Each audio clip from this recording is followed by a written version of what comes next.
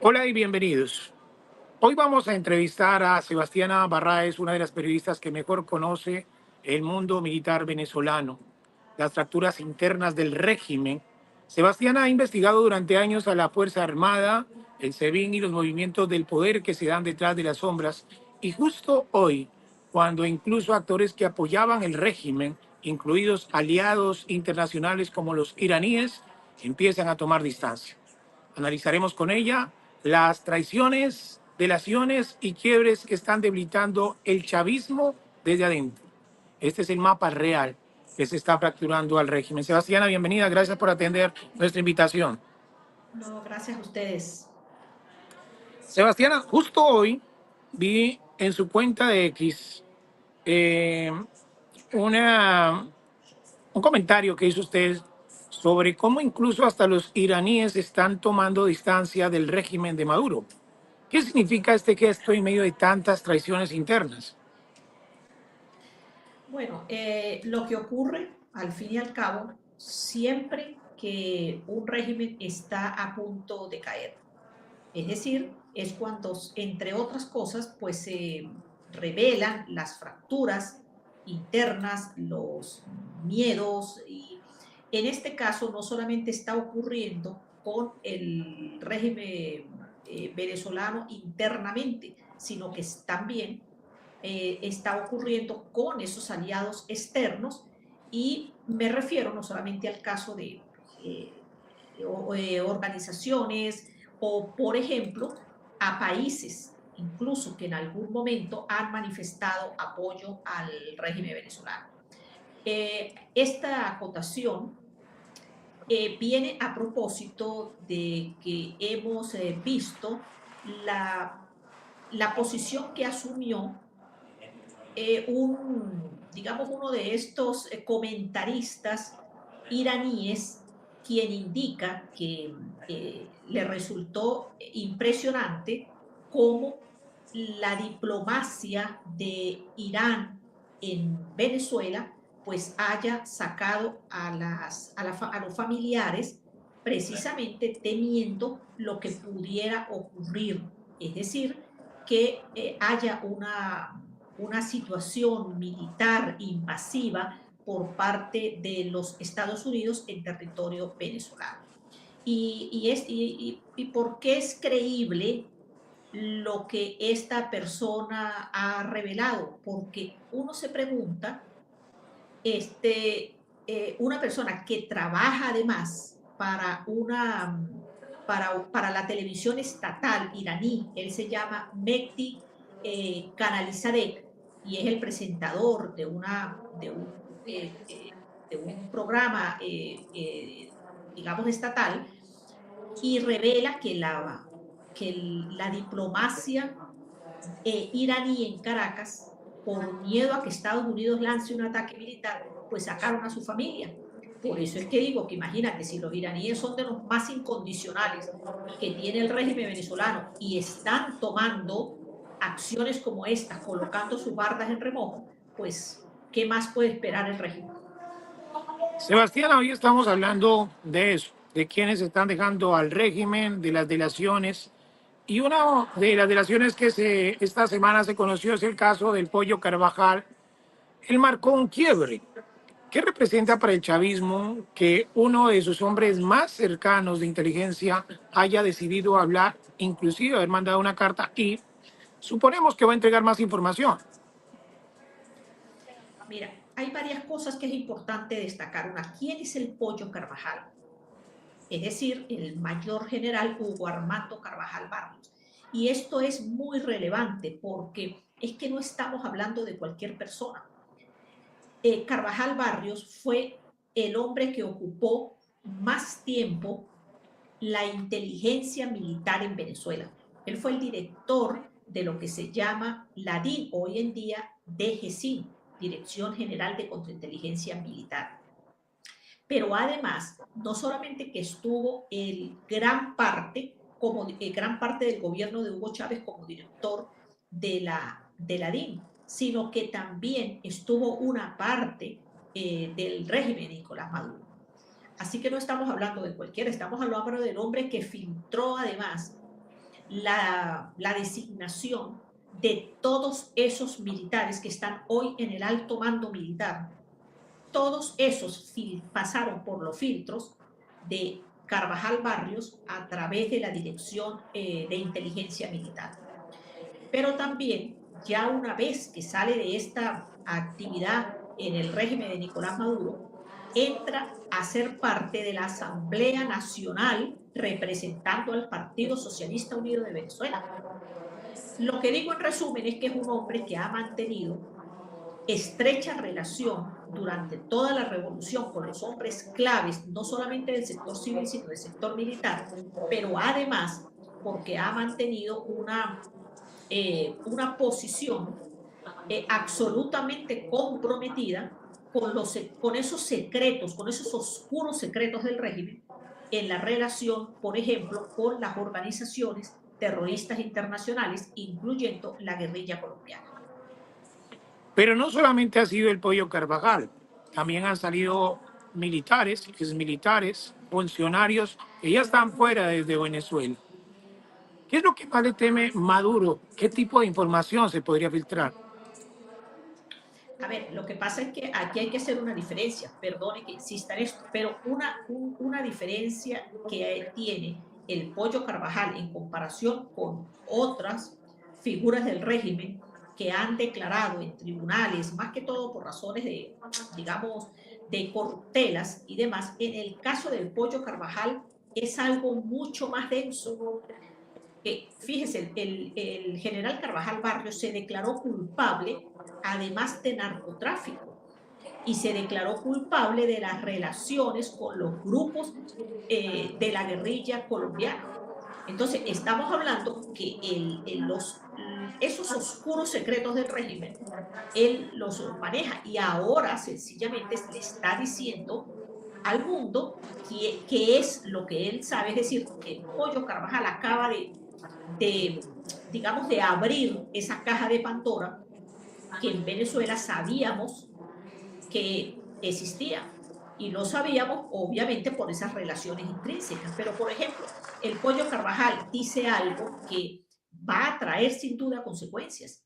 Y es, entre otras cosas, cuando, por ejemplo, señala que él fue testigo de que Hugo Chávez dio instrucciones y después Nicolás Maduro para digamos, crear e impulsar estas organizaciones como el Tren de Aragua para proteger internamente a la revolución, pero ojo, también para expandirlos hacia los Estados Unidos e implosionar con todo lo relacionado al narcotráfico a ese país. Sebastián, usted conoce muy bien Venezuela desde adentro y sobre todo el tema militar. ¿Usted cree que en este momento hay alguna división entre los militares? Muchísimas, muchísimas. No solamente porque hay divisiones con los militares dependiendo del nivel que ocupen. Una cosa es los militares en el más alto rango y estaríamos hablando, por ejemplo, de aquellos que ocupan el alto mando militar e incluso el alto mando militar ampliado y los subalternos. El hecho de que exista una posición más comprometida por parte de alguno de estos oficiales con la revolución bolivariana no es por razones ideológicas. Debe haber uno o dos por allí, pero la verdad es que la gran mayoría ha adquirido compromisos económicos, están profundamente comprometidos, algunos de ellos, con estas redes del narcotráfico que han florecido en los últimos años en Venezuela. Y esa relación de esos mandos militares altos o medios con esas bandas criminales o con organizaciones criminales o incluso con organizaciones guerrilleras o algunos países comprometidos o que son un problema para el continente, miren que eso trae sus consecuencias, porque el resto de la estructura armada, de la Fuerza Armada, se ha venido deteriorando de manera progresiva ¿Y cuál ha sido la respuesta del régimen venezolano? Darle armas a los civiles.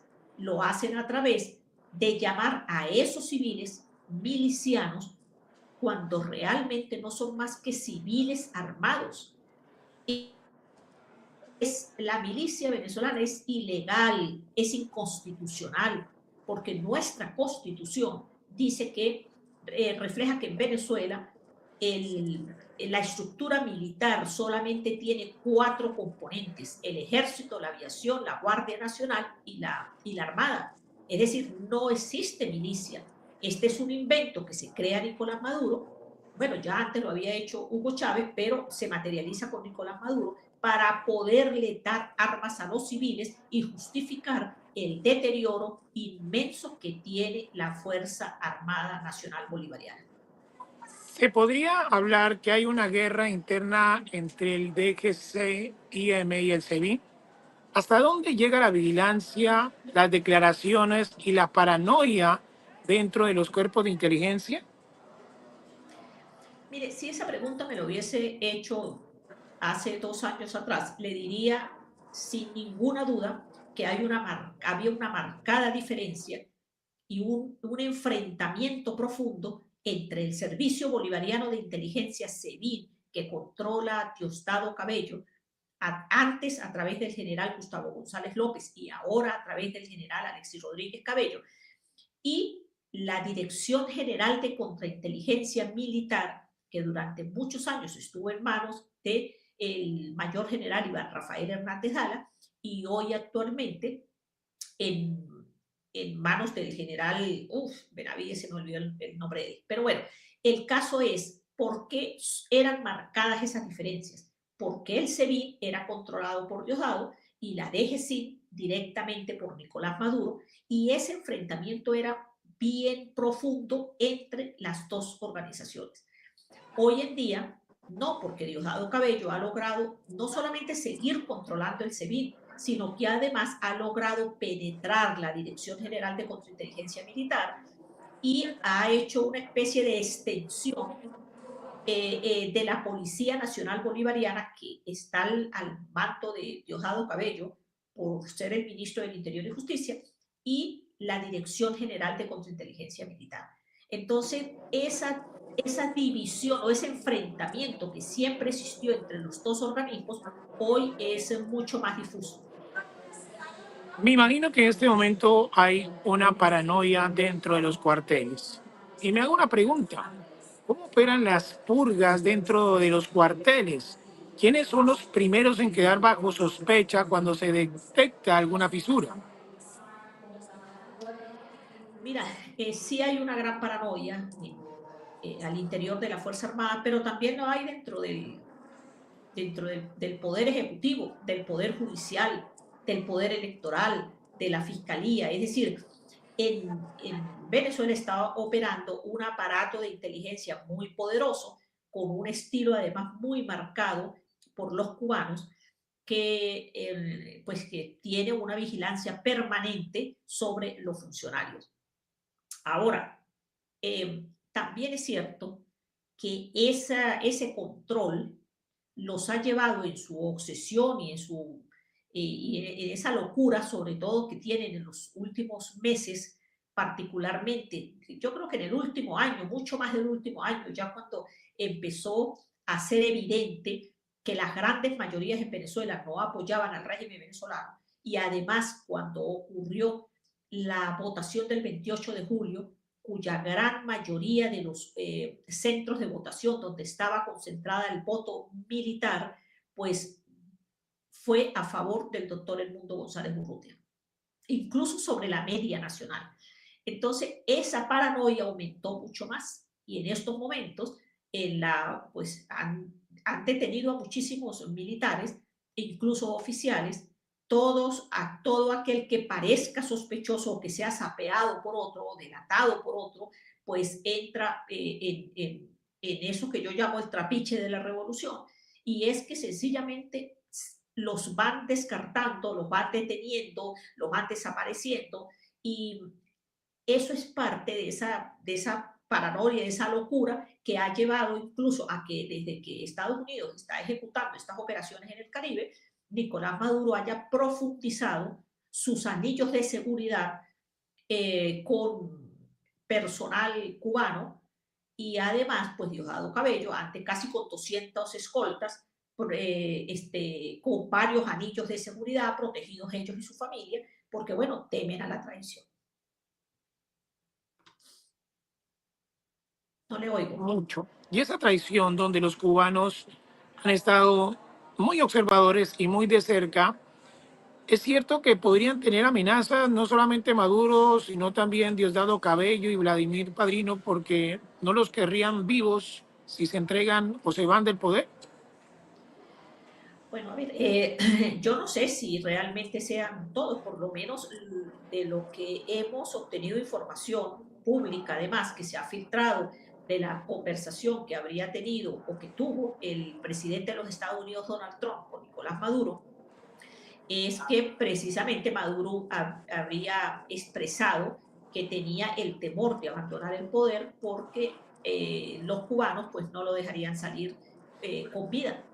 Y eso es lo que se ha, digamos, lo que se ha filtrado, pero digamos que también podemos entender que eso tenga una razón clarísima, porque quién mejor que Nicolás Maduro sabe, conoce, pudiera negociar en algún momento los secretos de esa relación que ha habido con Cuba, de todo, porque esa relación ha sido no solamente económica, ha sido una relación que ha implicado poderosos acuerdos y digamos que uno no descartaría que esa expresión de Nicolás Maduro que le pudo haber dicho a Donald Trump sea cierta, que tenga el gran temor de no salir con vida porque los cubanos no se lo permitan. Sebastián, usted habla sobre el trapiche de la revolución. Y entre los militares siempre existen dos tipos de militares. Uno, el que le gusta las armas, y el otro, el ideológico.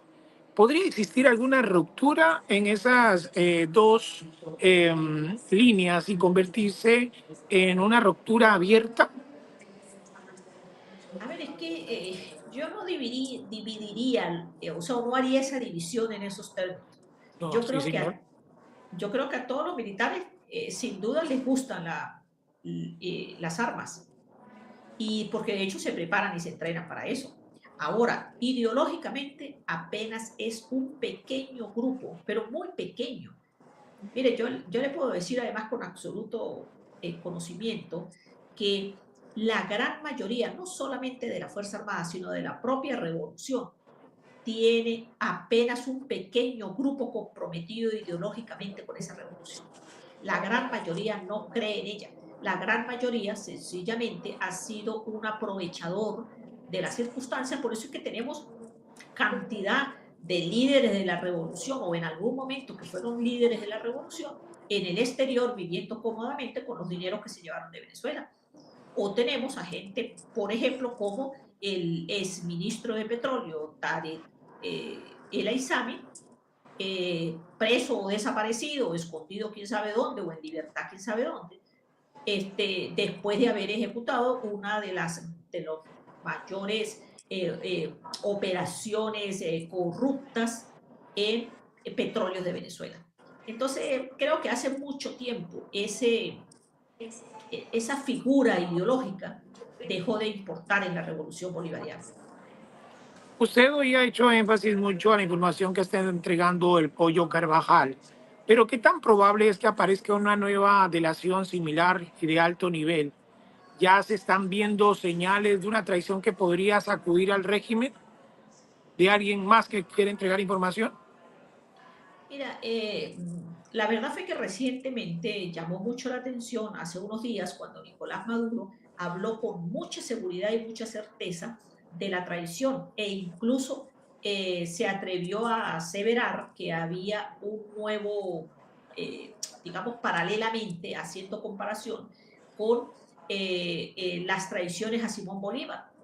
Obviamente Maduro está muy lejos de ser eso, ¿no? Pero digamos que hablaba de la traición de Santander a Bolívar y refería que por ahí estaba el Santander e incluso aseguró que él sabía que ese Santander estaba ahí, o sea, como con la certeza de que sobre él se ciñe una traición por parte de alguna de esas personas, que obviamente tiene que ser de los más cercanos que tiene, porque tampoco es tan fácil penetrar ese cordón de seguridad muy estrecho, de gente muy estrecha alrededor que tiene Nicolás Maduro.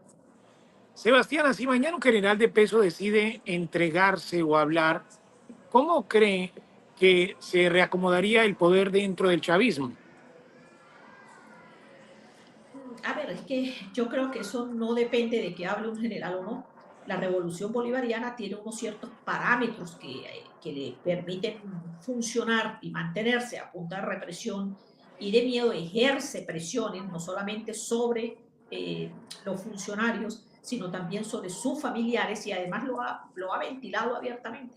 No le importa ir contra la familia de quienes hasta ayer le han servido y lo hace además de manera brutal, pues, porque incluso te tiene niños, te tiene ancianos, o sea, sin ningún tipo de parámetros. Que un oficial pueda salir y revelarse ante la situación en Venezuela, miren, no es tan sencillo hacerlo, a menos que lo pudiera hacer con un grupo o que existiera un acuerdo para, digamos, ejecutar una acción de tipo militar interna, incluso lo que sería como un golpe dentro de esa revolución, pues. Sebastián, ya para terminar, nosotros todos los días recibimos a través de nuestros mensajes internos mensajes de venezolanos que nos hablan de su ansiedad, de que como hoy se habla de pruebas, de delaciones, de posibles ataques del gobierno de los Estados Unidos, de que vaya a salir, los llenan de esperanza, pero finalmente han pasado meses después de las elecciones del julio del año pasado y no ha pasado nada. ¿Ustedes qué esperan? A ver, es que yo creo que estás partiendo de una premisa equivocada. Y te lo digo por lo siguiente, porque creo que no se trata de esperanza. O sea, yo como periodista no estoy vendiendo esperanzas a nadie. Nosotros sencillamente hacemos un registro de lo que ocurre desde el punto de vista de la realidad, pero sí puedo decir que eh, hubo una acción que yo considero realmente que fue heroica el 28 de julio, que dio un paso adelante, y lo digo precisamente con conocimiento de causa porque yo fui por algunos países donde fui preguntando sobre lo que había significado o lo que la gente pensaba, liderazgos pensaban sobre lo que ocurría en Venezuela, y una gran coincidencia era que todos decían que por primera vez se demostraba el fraude cometido por el régimen de Nicolás Maduro. Es decir, primero que hay la certeza de que Nicolás Maduro está usurpando el poder en Venezuela. Eso antes no lo había. Los recursos de la revolución habían sido bien habilidosos para comprar o por lo menos nublar la verdad de lo que sucedía en el país.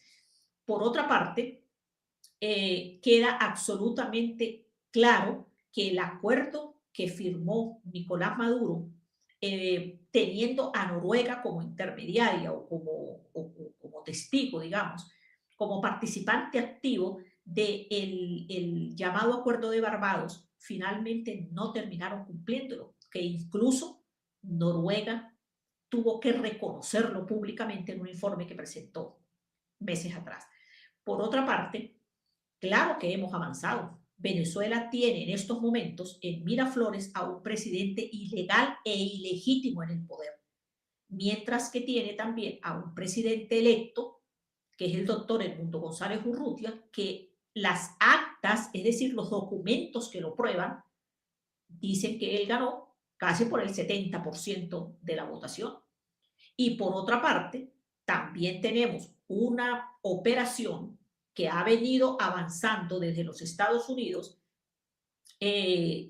contra los cárteles del narcotráfico, porque es que el narcotráfico mueve muchísimo dinero y el narcotráfico aceita todos los caminos inimaginables. Entonces, esta acción de Estados Unidos contra los cárteles y además señalando precisamente a esta camarilla que está en el poder en Venezuela y a los líderes del Tren de Aragua, mire, yo creo que se ha avanzado extraordinariamente bastante. Y por otra parte, además ha quedado claramente demostrado cómo el Caribe y cómo las rutas del narcotráfico en Venezuela permitían la salida de embarcaciones con cocaína, con drogas, a través del mar, que es al que Venezuela le da apertura. Pero además de eso, hay varias acciones que han ocurrido que están ejerciendo una poderosa presión sobre el régimen venezolano, aunado al quiebre interno de una cantidad de personas. Lo que pasa es que no se nota, digamos, públicamente, pero por ejemplo, la sustitución o este nombramiento de las 12 personas en el Partido Socialista Unido de Venezuela, que son como los líderes de la revolución, queda claramente demostrado que eso no, o sea, que ahí no hay realmente liderazgo de peso, que además en muchísimas instituciones la gente ha ido desertando, antes han abandonado los cargos, hay un gran temor de una cantidad de personas del Tribunal Supremo de Justicia, magistrados, de incluso generales, de gente que ocupa cargos relevantes en el país. Pregúntese, por ejemplo, ¿dónde está Alessandro? ¿Por qué no ha vuelto a salir Alessandro? Bueno, porque obviamente ellos están ocultos, saben, sienten por primera vez que están expuestos ante el mundo y que los aliados que habían tenido, como esos, los que enseñaban como el perro bravo, China, Rusia, Norcorea, Irán, pues resulta que ni han aparecido, ni han manifestado abiertamente que están dispuestos a defender a Nicolás Maduro para que se quede en el poder, ni siquiera los aliados cercanos. ¿Dónde están los países del Foro de Sao Paulo? Nada. Lula da Silva, Gustavo Petro han manifestado algunos apoyos tibios, pero no hay. ¿Cuál es el aliado que le queda hoy a Nicolás Maduro? Cuba. Cuba y Nicaragua. Más nada. En Venezuela ya se hizo. Se hizo en julio del año pasado, tú lo has dicho, todo está servido, solamente falta el golpe final. Quiero agradecerte, Sebastiana Barraez, por tu tiempo. Admiramos mucho tu trabajo como periodista, como investigadora y por llevar en este momento la voz de los venezolanos sobre todo lo que está ocurriendo. Gracias. Y quisiera, antes de terminar, la gente que quiera conocer de tus redes, de tus medios, ¿cómo te puede ubicar? Bueno, primero que todo, muchas gracias a ti, Wilson. Gracias a tu audiencia. Pues yo escribo a través de Infobae Venezuela. Tengo un canal, salgo todos los días en la mañana, después de las 7:30 de la mañana, hora Venezuela. Mi canal se llama Sebastiana Sin Secretos. Me pueden escribir, ahí aparece mi número de teléfono, aparecen mis redes sociales, mi Instagram, Sebastiana Barraez, mi Twitter o mi X, Sebastiana B. Y bueno, estoy a la orden para cualquier cosa. Gracias, Wilson, a ti y a la audiencia. Muchísimas gracias y un abrazo. Gracias por tu tiempo. A ustedes, nuestros suscriptores, gracias por seguirnos todos los días. Estamos, al igual que Sebastiana, que también sale todos los días a las 7 de la mañana. Nosotros tratamos de salir tipo entre 3 y 4 de la tarde, hora Miami. Porque estamos abordando todos estos temas de Venezuela y del Caribe. Gracias por escribirnos, gracias por suscribirse, por compartir para que otros también sigan viendo este contenido que es de mucha importancia justo en este momento histórico en la región. Hasta la próxima.